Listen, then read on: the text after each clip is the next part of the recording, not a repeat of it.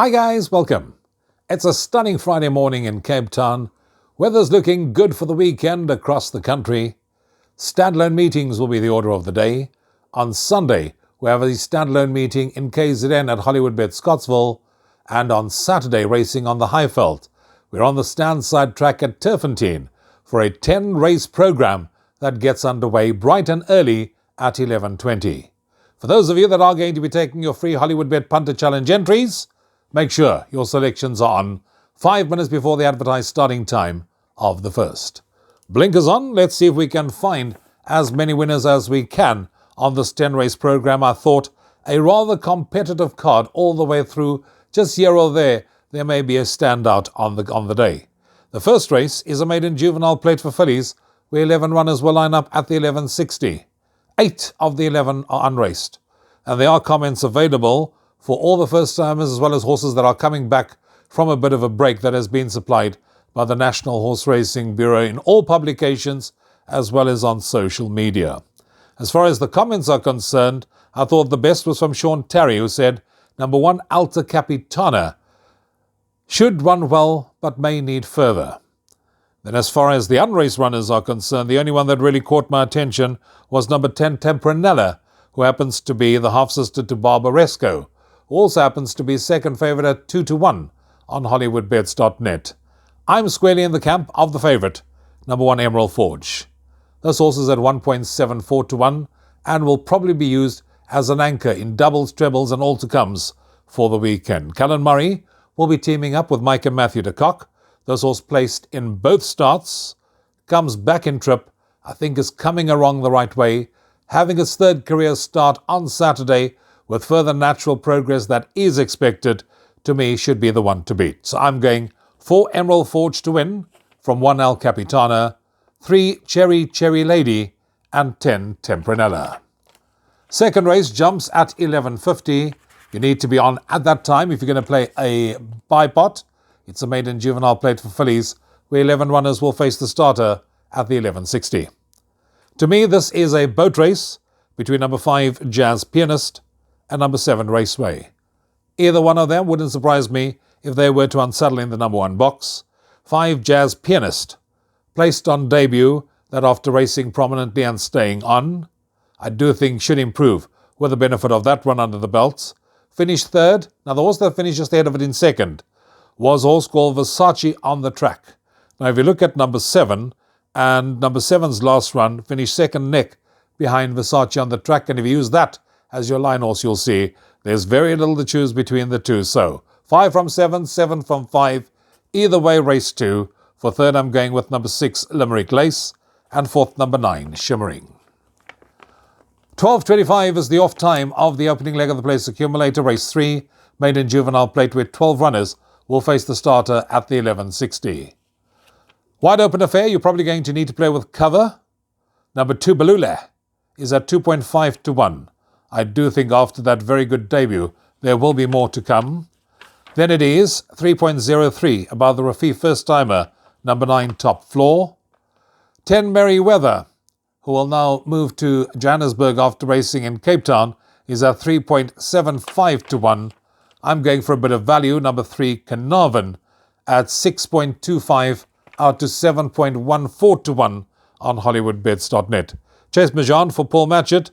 I thought that this horse certainly has got that nice come-on look about it, improving with each and every start. Last time out, that run was over the course and distance, finished second, and I do think there's more to come from Carnarvon, hence the reason he's my first choice to win it, ahead of number 2, Balula. For third, I'm going with number 8, Time Will Tell, and fourth, number 10, Merryweather. First leg of the pick 6 is race 4. If you're going to get involved, you need to be on by 1 o'clock. A maiden plate for fillies. 13 runners to line up at the 1400-metre mark. And here I'm looking no further than the favourite, number 11, Pretty Persuasive. I think this will probably be leg 2 of those doubles I was talking about earlier. 1.52-1 on Hollywoodbets.net. Comes back from a bit of a break, but that debut run was at Hollywoodbets Kenilworth. Lost to length, was green, but stayed on nicely at the business end of affairs when finishing third behind a horse called Military Command, who has subsequently come out and won again since then. We do know that the connections of military command think very highly of him. I do think she would have gained from that experience. She should enjoy the step up to 1400. Jumps from stall gate 3, and to me will be the one they will have to beat. So 11, pretty persuasive to win it, ahead of 13, Vapingo. For third, I'm going with 2, Tuscan Romance. See, this horse has gone off the boil a bit. When it was in Cape Town, that reeled in a host of about 6 or 7 seconds in a row. First run on the high fall for Tuscan Romance.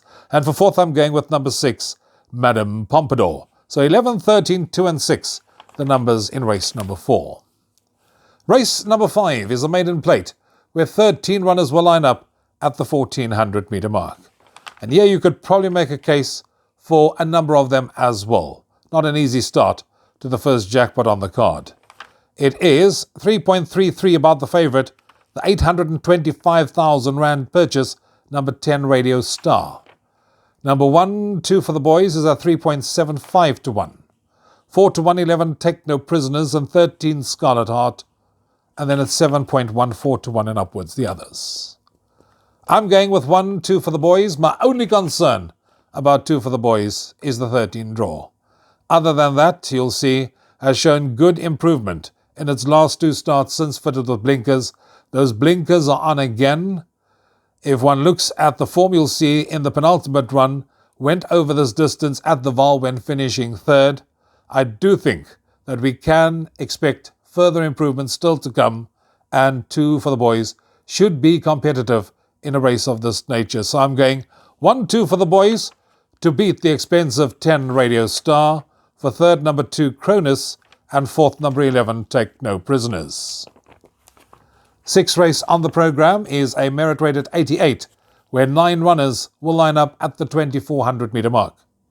Another race where a case can be made for about 4 or 5 of them. Number 6 Romeo's Magic, 3.75 to 1. 3 to the Rescue, 4 to 1.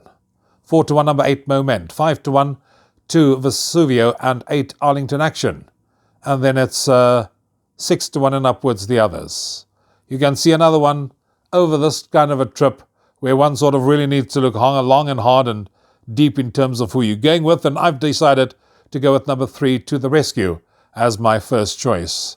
Now, this all set the pace and tired late in the Gold Bull last time out, but that race was over 3,200 metres.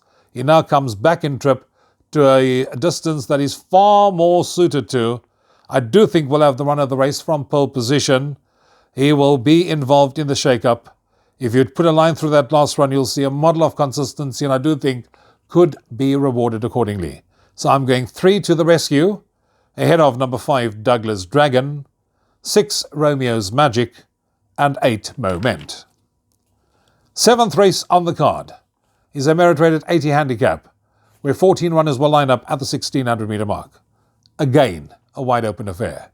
5 to 1 the field, 3 Pumpkins at 5 to 1, 6.25 number 9 Aladdin's Lamp, 6 Gimme the Good Life at 6.25 to 1, 8.33 7 Ombudsman, 11 War Reporter 8.33, 10 to 1 bar. Where do we go in race 7? None of them are really going to Hollywood, and I thought, you know what? A change can sometimes be as good as a holiday, and I'm going with a horse that's having his first run for a new yard, and that's number 6, Gimme the Good Life, who is now in the care of Tony Peter. Gavin Larena will be on board. Those last 3 runs over 1400 were decent. If you look further into the form, you'll see his only attempt over this distance, he won. He jumps from pole position. He's the kind of horse that likes to race up handy, and I do think may be hard to peg back in the run to the wire. So I'm going 6, Gimme the Good Life to win it, ahead of 3 Pumpkin Pie. For third, number 9 Aladdin's Lamp, and fourth, number 1 Pocket Watch. 8th race, last leg of the first jackpot, merit rate at 96 handicap. We do have a scratching in this race. Number 6 Johnny Hero. That reduces the field down to 11 runners. I would suggest double check on the changes, because there may come in a few overnight and on race day itself. Remember, this show is pre-recorded. Another one of those wide open affairs, 3.75 to 1, about number 5 Artist Model, who was very unlucky last time out. Definitely has the credentials to go on better. And number 10 Claw, was at 3.75 to 1. Model of Consistency, third run after rest for the Mike and Adam Azzi yard. Also another one that cannot be ignored.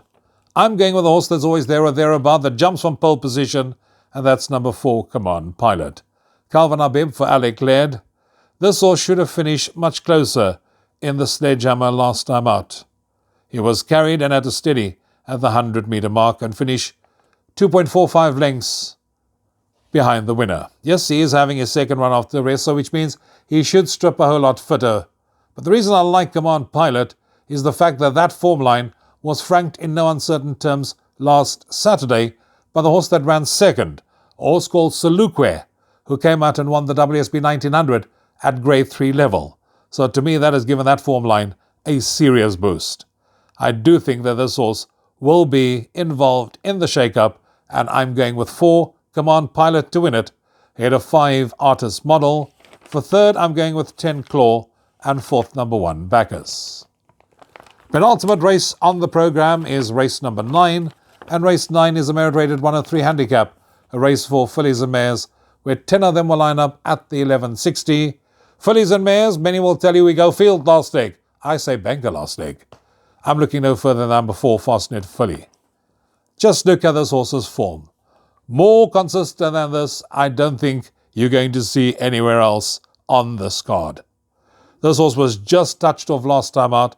That was the in full flight handicap. Finished a short head behind Otaniqua. This horse is 2 from 2 over the course and distance, and I think after this race on Saturday, it will be 3 from 3.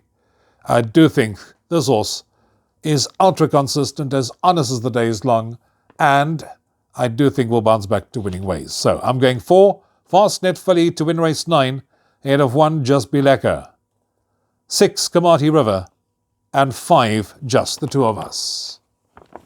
That takes us on to the last race, race 10, 16:25 is the off time of the last race on the program.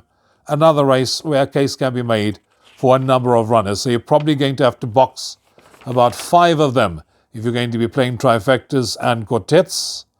I like the look of number 3, Fully Committed, purely because this horse won its debut by 3 1/4 lengths. But not only was the debut eye-catching, it's the post-maiden run where Fully Committed ran third last time out, beaten just 3 lengths by the winner. That was a very good follow-up run, was challenging, and just got outrun of it in the run to the wire. This horse is certainly coming along the right way. He's well drawn in Stallgate too, and not only will it have the run of the race, but I do think further natural progress can be expected. So I'm going 3, Fully Committed to win it, ahead of 7, Take Your Place, 1, Hong Kong, and 4, Roaming Spirit. And that takes care of our preview of racing at Turffontein on Saturday. Trust you'll find as many winners as you possibly can. Go and stand in the queue at the end of the day to collect. Till next time, from me, Ravon, you take care. Cheers for now.